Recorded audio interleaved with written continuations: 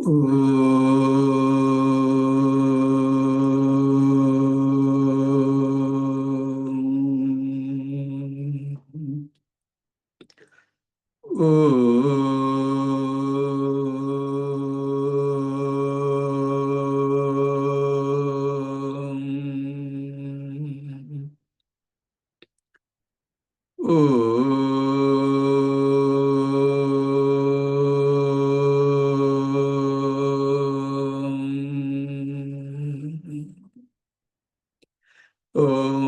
Shri Ganeshaya Namaha.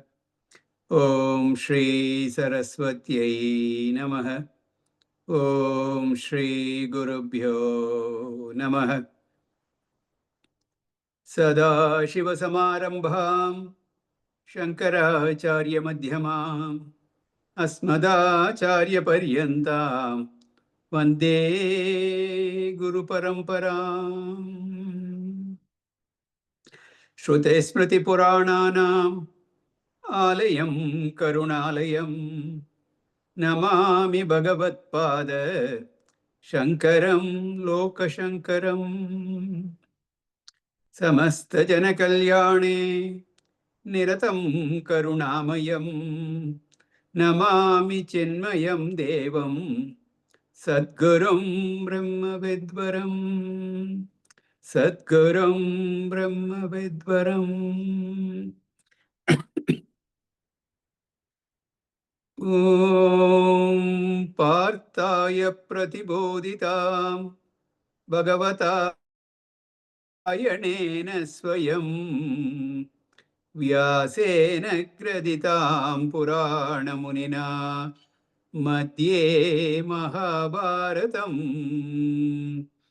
Advaitam Vritavarshinim Bhagavatim Ashtadashadhyayinim Ambatvam Anusandadhami Bhagavad Gite Bhavadveshinim Yam Brahma Varunendra Rudra Marutah Stunvanti Divyai Stavaihi Vedai Sangapadakrammo Panishadaihi Gayanti Yam Samagah Dhyanavastita Tadgatena Manasa Pashyanti Yam Yogino Yasyantam Na Vidusura Suraganah Devaya Tasmai Namaha Devaya Tasmai Namaha. Hari. There are 18 chapters in the Bhagavad Gita, and of those 18, the second and the 18th chapters are considered to be very important. These two chapters give the condensed form of the entire Gita teaching. So both chapters give Sangraha or the Sara of the whole Gita teaching. According to the rules of Mimamsa, a teacher should give the essence of the entire teaching in the beginning. This is called Upakrama Sangraha or Sankshepya, Sankshepa, the essence giving in the beginning of the teaching. And when the teacher concludes the teaching, at that time also, he should condense the whole teaching, summarize. This is called Upasamhara Sankshepa.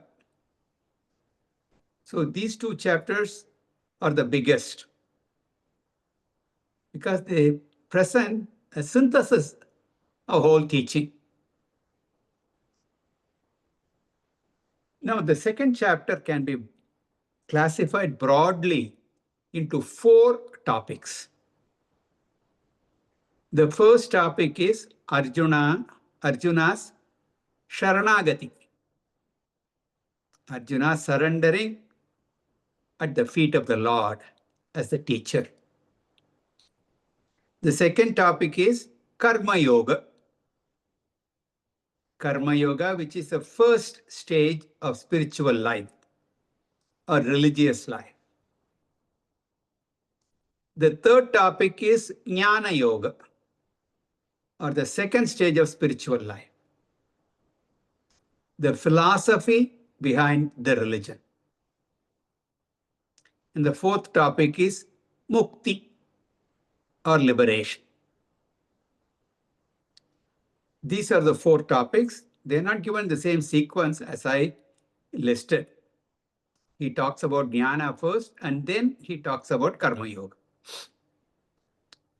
So we will take up Arjuna's Sharanagati first. If anyone should get the benefit of Gita teaching, one must have gone through 3 stages beforehand. If one has successfully gone through 3 stages, then Gita teaching will work effectively. What are those 3 stages? The first stage is Samsara Darshanam. Discovering that I am suffering from Samsara Roga.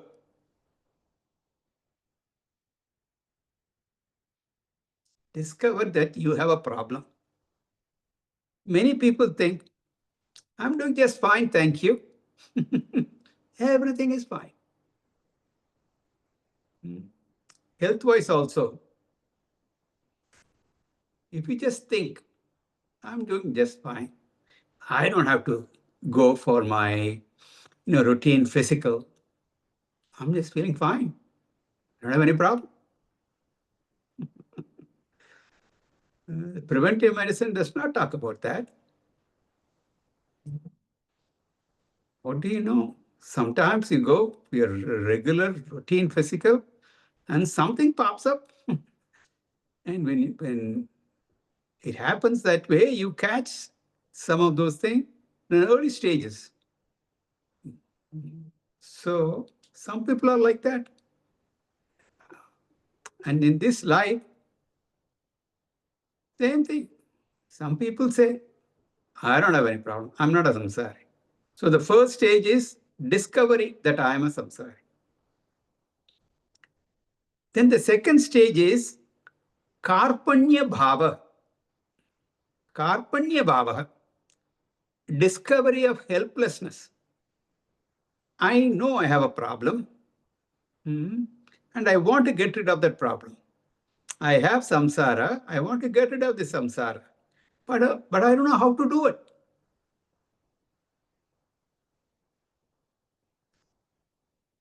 Same example, health example. A lot of people who do self-medication. I know I have a problem. I talked to somebody and they told me, pop this pill, you're going to be okay. That also happens. Yeah. But unless and until you come to a stage, hey, I need professional help. Same thing spiritually also. Aham deenah, aham karpanah, I am helpless. I need help. This is the second stage. And the third and final stage is Sharanagati, surrender. I gave myself up to the doctor. The surgeon comes with a scalpel. He's ready to cut me open. I said, I say, Namaskara. Have fun chopping me up. But at the end of the day, I'll be fine. You got to have faith in the doctor, surgeon, all that is. So we can draw a nice parallel between this, the healthcare example and the life. So you go to a guru and just surrender. And we have covered this topic elaborately in Viveka Chudamani, if you recall. The earlier verses, the Saranagati of the student was described beautifully. How the student described how he has discovered that he is suffering from samsara, and then surrenders the teacher. So if someone does not go through these stages, study of Gita would just be an academic exercise. Won't get the full benefit. And Vedavyas ji has shown that Arjuna has gone through these three stages, and then Gita Shastra begins. You may recall in the first chapter, Arjuna's discovery of samsara. That was described. Arjuna Vishada Yoga. And he had threefold problems: raga, shoka, and moha. Attachment, grief, and delusion, respectively. So he has gone through the first stage of samsara darshanam. But he has not gone through the second and third stages. Was not touched upon in the first chapter. And so Bhagavan didn't start the teaching at all in the first chapter. He kept quiet. But in the first 10 verses of the second chapter, we find Arjuna going through the second and third stages. Arjuna openly declares, Na chaitat vidmak kataranno gariyah yadva jayema yadivan jayeyuhu yane vahatva jijivishamaha te vastita pramukhe dhardarashtraha. Hey Krishna, I thought I can solve the problem of samsara myself. I tried my best. I even gave a brilliant discourse to you about Kula Dharma. All that talk shows the struggle of Arjuna to solve the problems by himself. But finally he came to the conclusion and he says, Na cha etat vidmaha. I do not know this. I don't know what to do, whether to fight or not. On one hand, I do not know if I should fight and kill Bhishma and Drona, who are my elders and my teacher, and worthy of my respect and all that. Looking at them, I think I should withdraw from the battle. At the same time, I know this is a Dharma Yuddha, and it is my duty as a Kshatriya. So he is going through this Dharma Sankata conundrum. I'm in no position to decide. And therefore he continues, Karpanya doshaha upahat svabhavaha prichami tvam dharma sammuda chetaha. Arjuna is at least humble enough to admit that he is helpless. So in this particular verse, we find that Arjuna going through the second stage of helplessness. Then finally he comes to the third stage. Yachreyasyaat nishchitam bruhi tanme shishyasteham. I am your disciple. Until now, I was your master. You were driving my chariot. I was your master. Now, things have changed. I have become a student and you are my teacher. I am ready to listen to you and follow your teaching. I am Shadimam Tvam Prapannam. I am surrendering to you.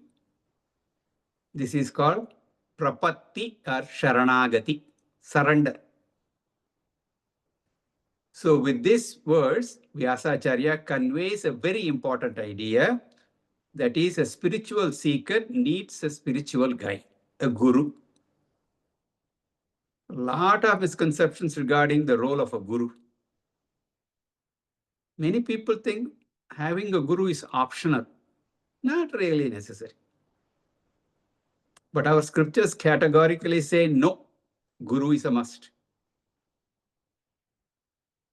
And Bhagavan Sri Krishna will say, later on we will see in the 4th chapter, Tad vidhi pranipatena pariprashnena sevaya upadekshanti te jnanam jnaninas tattvadarshinaha. Upanishad also declares one should necessarily go to your teacher And we talked about Guru Upasadanam in Viveka Chudamani also extensively. Unfortunately, many think otherwise. There are others who say Guru is needed, but Atma is my Guru. It's not said anywhere in the scriptures like that. Atma is akarta. Doesn't do a darn thing. It's an absolute principle. It's not capable of teaching you, guiding you, or even blessing you. So to say Atma is my Guru, that's not correct. Some people say the world itself is my Guru. We can learn from the world. And sometimes they quote examples from the Puranas also, Bhagavatam story. This Avaduta learned from the honeybee, deer, and the elephant, etc. Yeah, life teaches us lessons, but that is not a comprehensive spiritual teaching. We can learn so much going through our life experience. Who says no? But that's not a comprehensive teaching.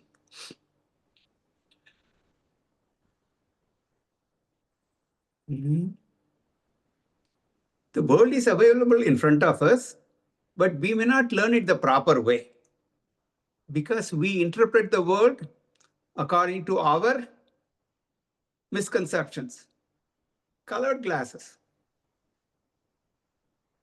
A speaker was talking to a group of alcoholics to motivate them to quit drinking. He brought 2 glasses, one with water and the other with alcohol.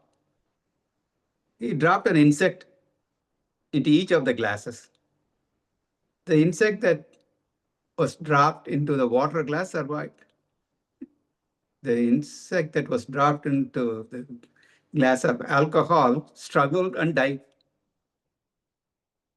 So he asked the audience, what lesson did you learn from this demonstration?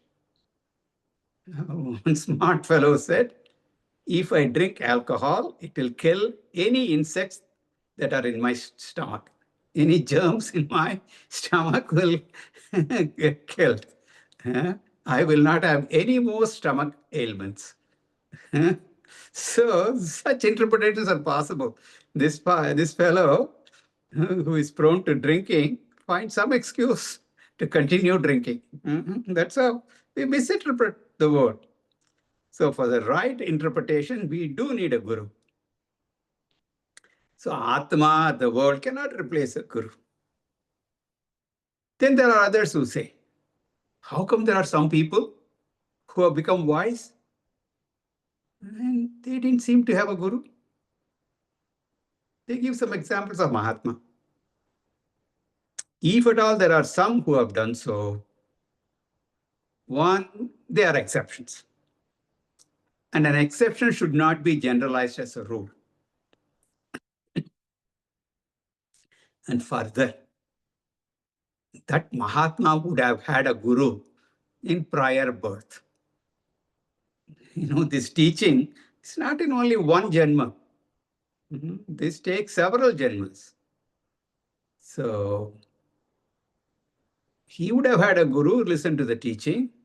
And in the 6th chapter, we will talk about the idea of yoga prashta. His job has not been completed in prior births. Something was left. So even that Mahatma, who apparently does not have a guru in this janma, had a guru before. Then the question comes, what kind of guru? Today, this word guru has become very popular, I tell you. We have gurus for everything. Juggling 3 balls in the air to dancing to hip-hop music. And of course, we have investments guru. What not? We have guru for everything. But here we are talking about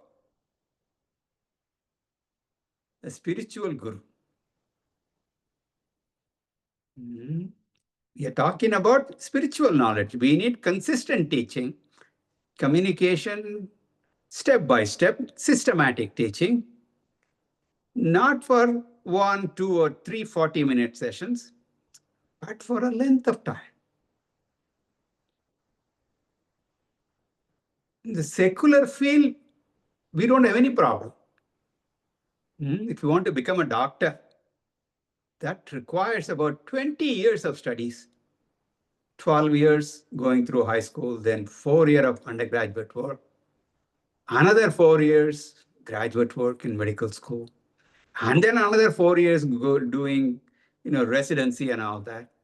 And then only you can put your shingle, put on your white coat and say, I am a doctor. Not easy. But when it comes to spiritual, we want to a crash course. I want to attend one session and I want to get liberated. No, it doesn't happen that way. When ordinary worldly knowledge requires so much of effort, what to talk about spiritual knowledge? And science that is even subtler than the objective sciences. So the guidance we need is consistent teaching. And also we are not talking about mantra upadesha or initiating someone into sannyasa. We're not talking about that kind of a guru also. We are talking about knowledge of the scriptures.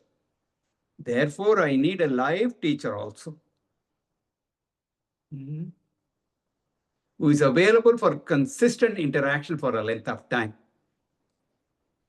Thanks to technologies today, we don't have to be in person, but we can have live interaction.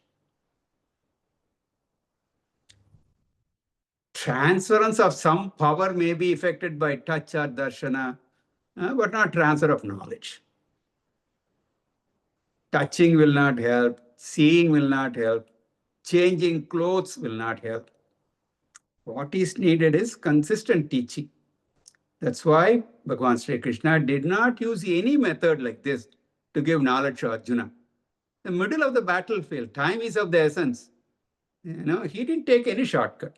He gave the complete Atma Jnana.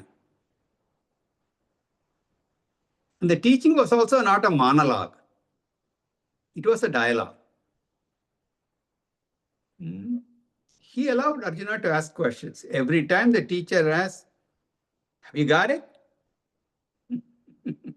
And Arjuna did ask questions on and off again. Sometimes he asked the same question. Slightly different way he put it.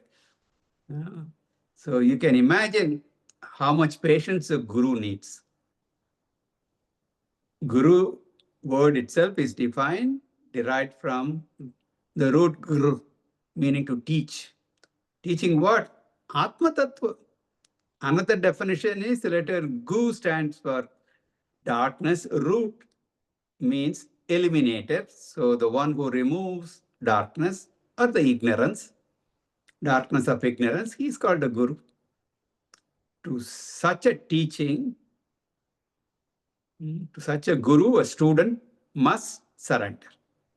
And Arjuna did that at the beginning of the second chapter. Then the teaching began. The teaching was in 2 stages. First is Karma Yoga that deals with the preparations for the second stage, which is Jnana Yoga.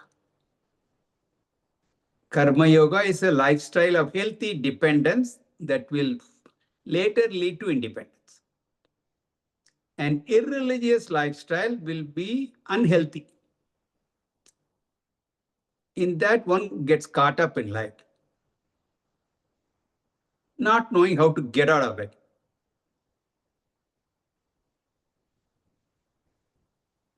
Kriti mahodatau patana karanam palamashashvatam gati nirodhakam. Bhagavan Ramana Maharshi says in Upadesha. A life of just mere activities. It's a great downfall. Deliberate life, following the scriptures, will lift me up and make me truly independent. So we have to analyze Karma Yoga. What is Karma Yoga? We can divide this word Karma Yoga into karma and yoga. First, we will take up the yoga part. The word yoga has several meanings in different contexts. In the context of karma yoga, it is a very specific meaning. Bhagwan himself gives the meaning in the second chapter.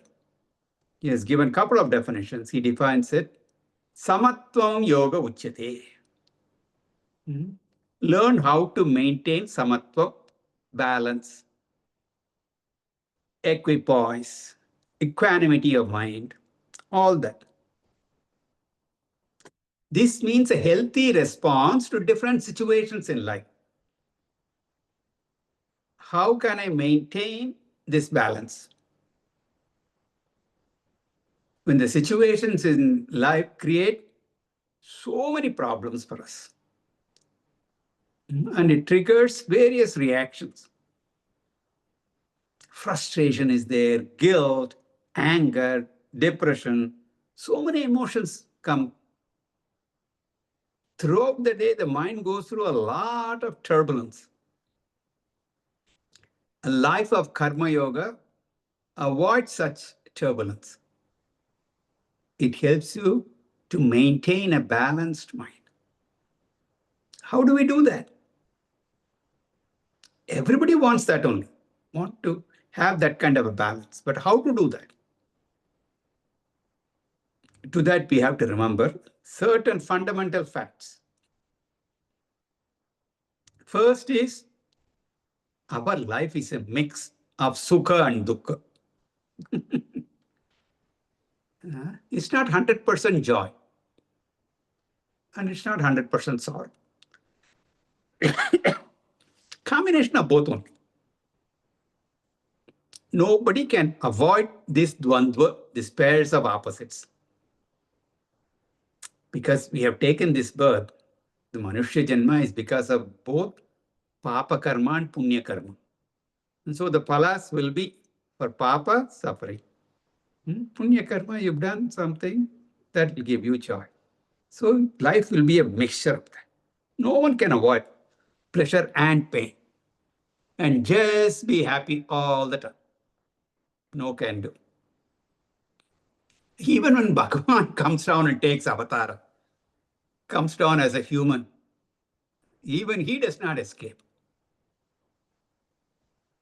You all remember how miserable Sri Rama was when Sita ji was abducted.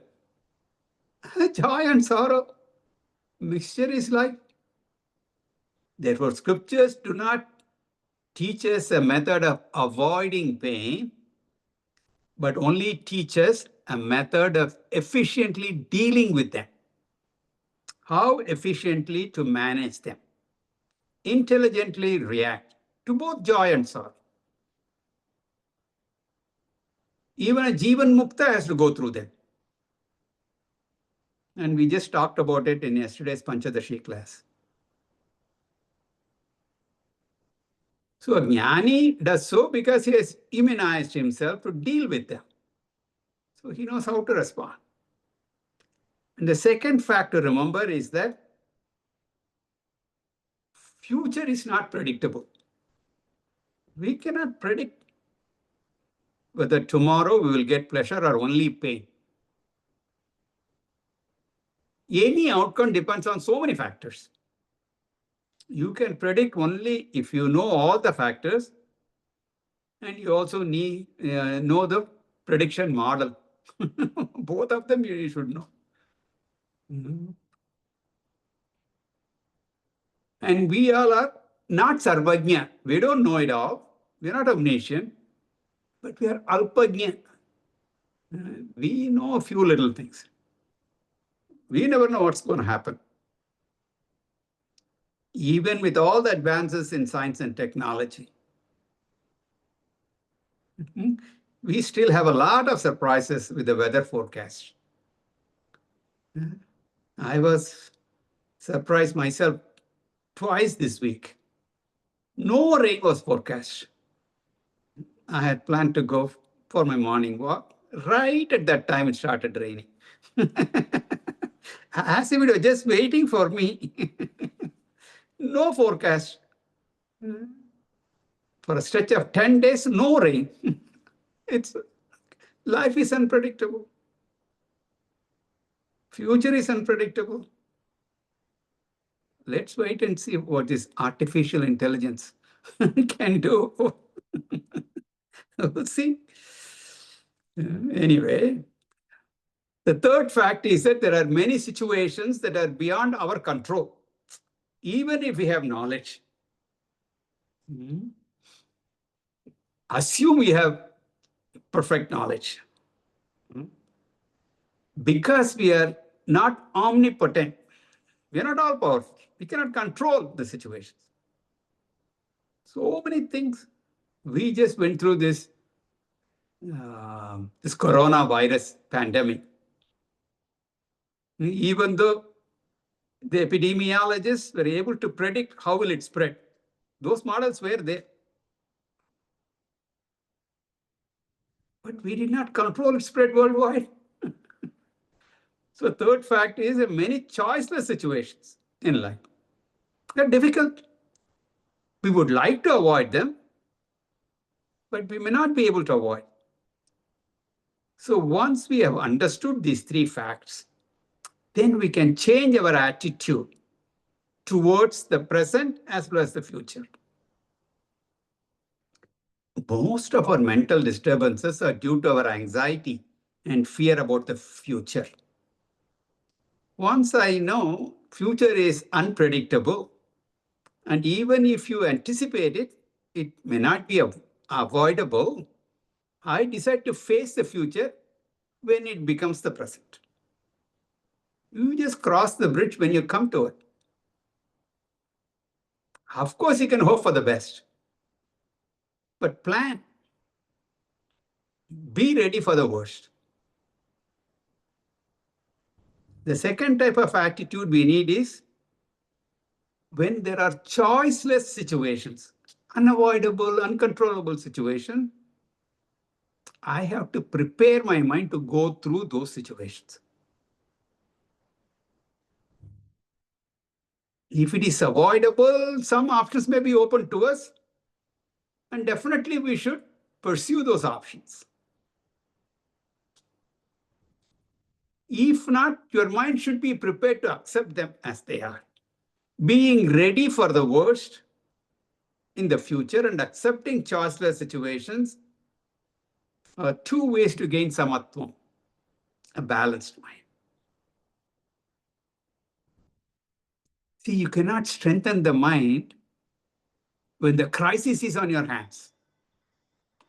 It has to be done ahead of time. You save and invest for retirement while you are working. I'm going to save in retirement. What are you going to save? No income. That time. You're not working. You're not earning. So we have to do the same thing with regard to the mind. Make it ready before any crisis. Do not dig a well to fetch water to put out the fire when the house is already on fire. I'm going to start digging a well to get some water. Prepare the mind to face possible adversities. Next question is, how do I prepare the mind? Can be done in two ways. One way is to tap one's own higher nature. We all have infinite strength within ourselves. Atmana vindate viryam. The potential is there. We do have inner strength, which we can tap into. That method is called sankalpa or auto-suggestion. Tell myself, I'm ready for any situation. We even have children's book, The Engine That Could, Little Engine That Could. We teach them young, but we forget in old age. So I have the strength to face any adversity. unavoidable situations come, I'll just go through them. Yo yat shraddha sa eva saha. This is Sankalpa Shakti. You may call it willpower, auto-suggestion, whatever. This is one method. The second, safe and easier method is to symbolize that higher nature as Lord. Our own higher nature is Ishwar. Ishvara sarvabhutanam hriddeshe arjuna tishtati anaditva nirgunatvat paramatmayam avyayah sharirastopi kaunteya na karoti na lipyate upadrashta anumanta cha bharta bhokta maheshwarah paramete chapyukta dehesmin purusha parah. We will see all these verses.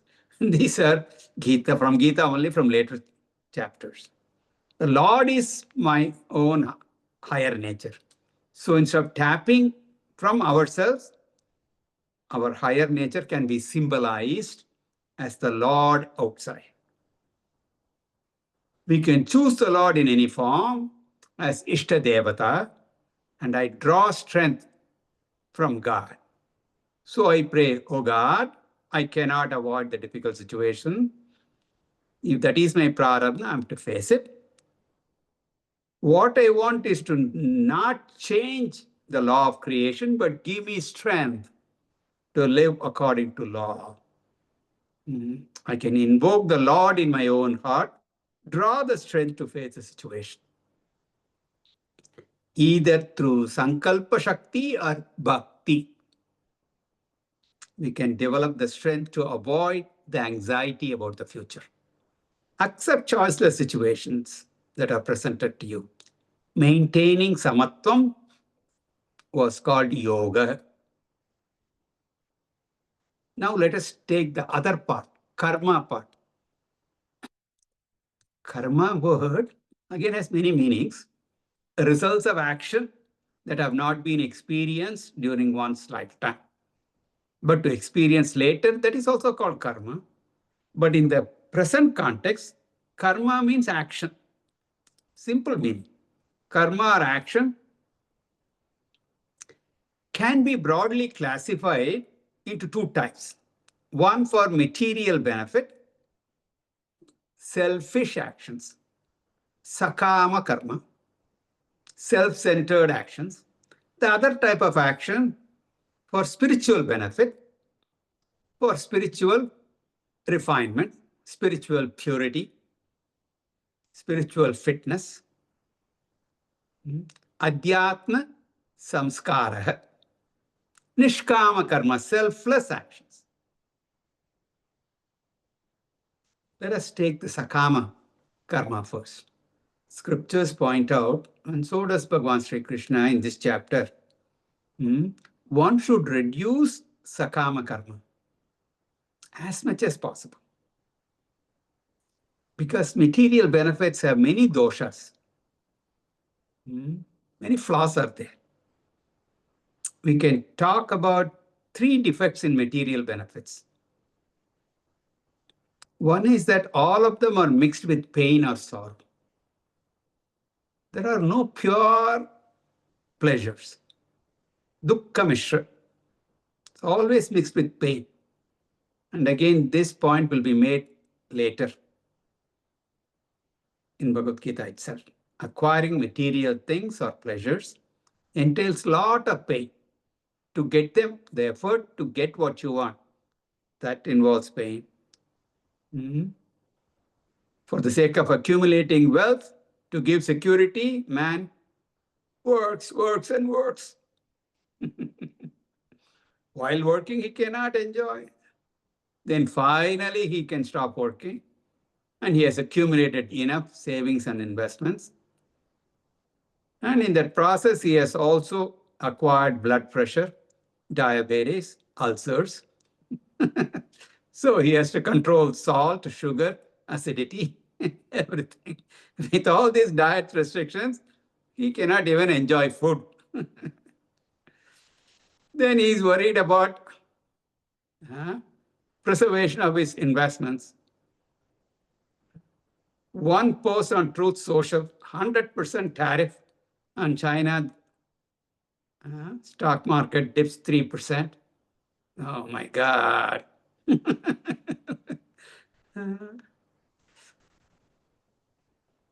is what happens. Even the children whom you counted on, they are grown now. And they start discussing about their inheritance right in front of you. Arthamanartham bhavaya nityam nasti tata sukhaleshah satyam putradapi dana bhajam bhitihi sarvatraisha vihitariti. Bhajagovindam, Bhagavan Shankaracharya describes. Anartham. Artham is only anartham. Calamitous. Acquisition involves pain, preservation. Despite all efforts, when it is lost, oh my God, when you lose it, it's even worse. So, any pleasure, dukkha mishritatvam, mixed with sorrow only. Second defect of material accomplishments, atrupti karatvam. Any amount you acquire, we are not content. We are not satisfied. If you made $100, you are shooting for the next 100. You build up to 1,000, you are looking for the next 1,000. A millionaire wants to be a multi-millionaire. And then he wants to be a multi-billionaire. And then he wants to buy a sports franchise. Never ends. Does not stop with this world also. I want Indrapada, Brahmapada. So, not being satisfied with what you got, second defect. Third defect is bandhakatvam. I get used to these comforts and pleasures. I begin to feel I cannot survive without them. I become a slave to them. I flew first class. How can I fly coach anymore? Tell me. Huh? What starts out as a luxury becomes a necessity. Comforts come as a guest and stay permanently as a host. Initially, it comes under my control, but eventually I yield control to it. So material benefits are defective. Sakama karma have this problem. So the goal of a spiritual seeker is a reduction of sakama karma for material benefits.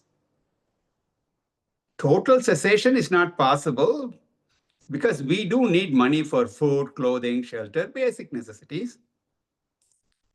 What and how much? That is the question. But they cannot give us purnatvam. Fulfillment it will not give. It will not give us trupti.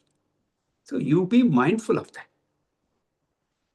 Now, let us talk about nishkama karmas. These are meant for chitta shuddhi, spiritual purity. For this, scriptures have prescribed certain mandatory actions. Vihita karmas are vidhis. They are panchamaha yajnas.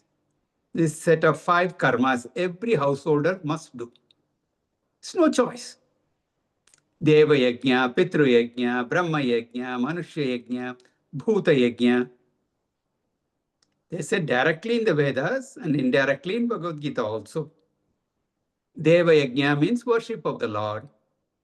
Not for the sake of material benefits, but only for purity of mind. That's why in the Sankalpa mantra we say, Turita Kshayat Artam. For the removal of spiritual obstacles. Turita Kshayat Dvara. So this Deva Yajna can bring in any manner that one knows. If someone worships the Lord as Agni, it will be in the form of Homa, Havan, and so on. It can be an idol worship, Ishta going to a temple, doing an archana, simply offering flowers. It can be anything. Do it anyway. Do it every day. And Bhagavan will later say in the 9th chapter, Patram Pushpam Phalam Toyam. Second yajna is Pitru yajna, seeking the grace and blessings of our forefathers because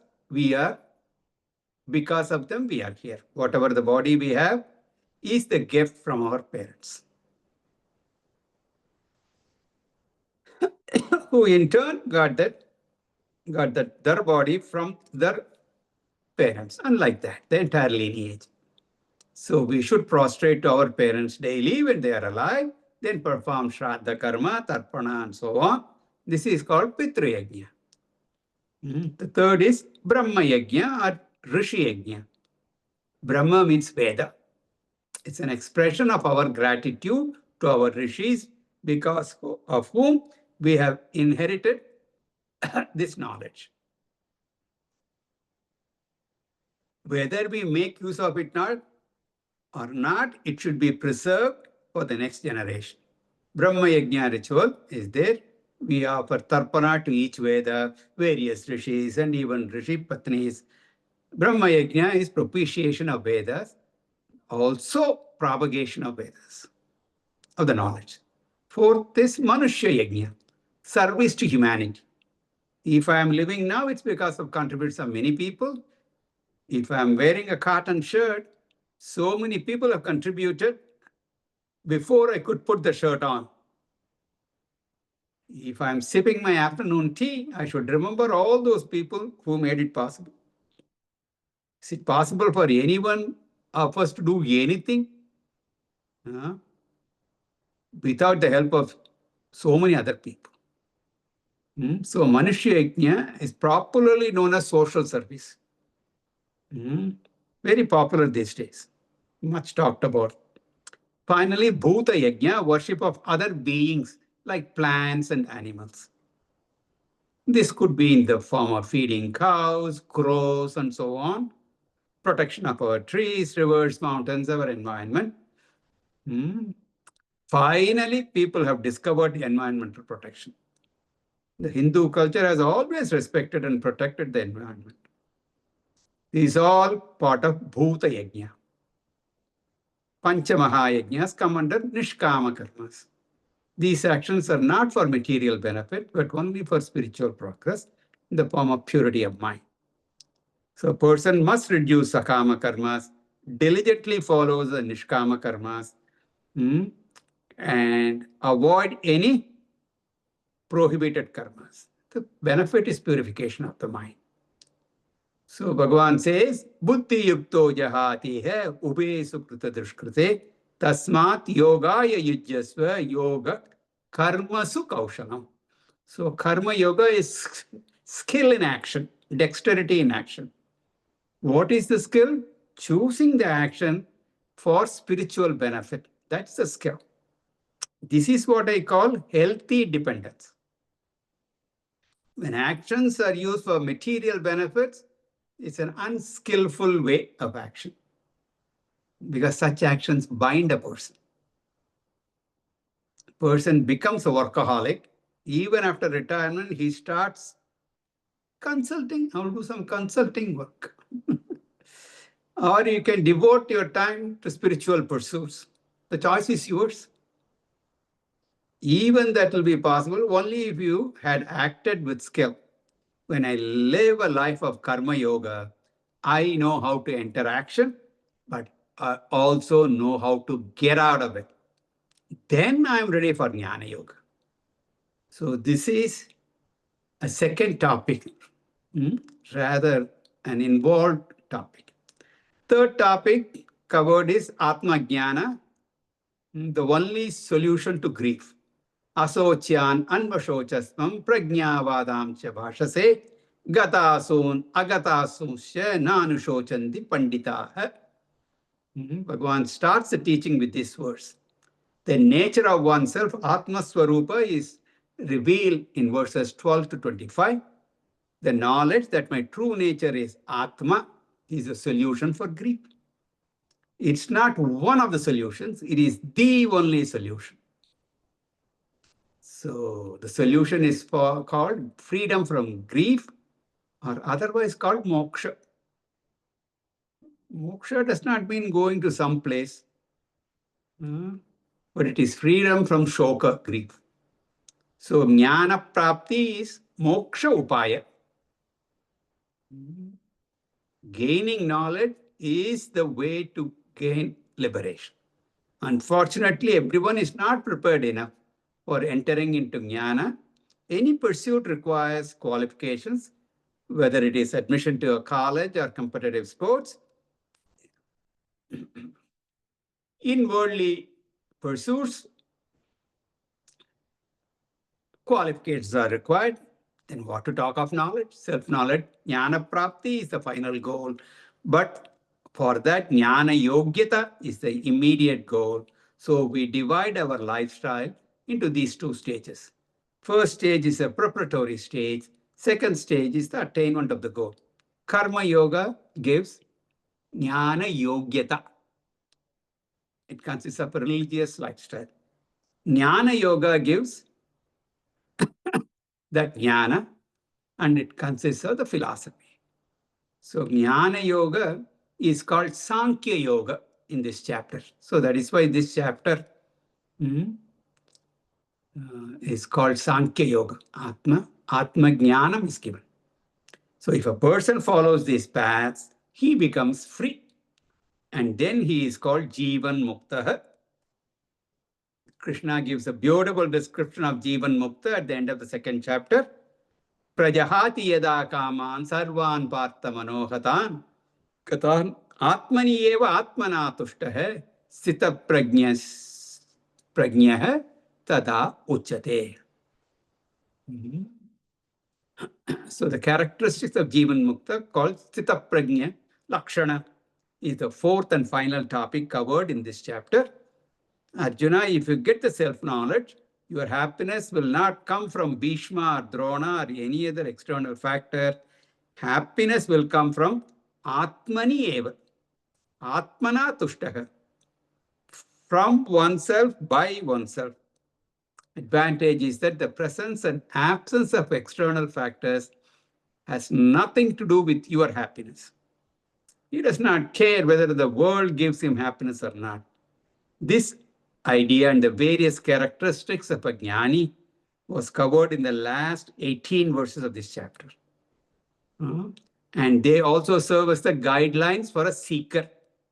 A seeker following those guidelines gains the knowledge, gets established in it. He attains peace. He is never bound, and he attains the state of Brahman. So Bhagavan concluded the chapter by saying, Yesha Brahmi Siti Partha Nainam Prapya Vimuyyati Sitvastyam Antakalepi Brahma Nirvanam Ruchati. This jnani will never have delusion in life. Not only is jnana a solution for sorrow, it's a medicine for all conflicts in life. So in the first chapter, we saw Arjuna's primary problems were sorrow and conflicts. Beginning and the end of the second chapter, the Lord said, Jnana is the medicine for both problems of shoka and moha. So if you study this chapter very well and put the teachings into practice, there will be no more confusions in your life. It will be pure joy. Om Purnamada Purnamidam Purnat Purnamudachyate Purnasya Purnamadaya Purnamevavashishyate. Om Shanti Shanti Shanti. Harihi Om. Shri Gurubhyo Namaha. Harihi Om.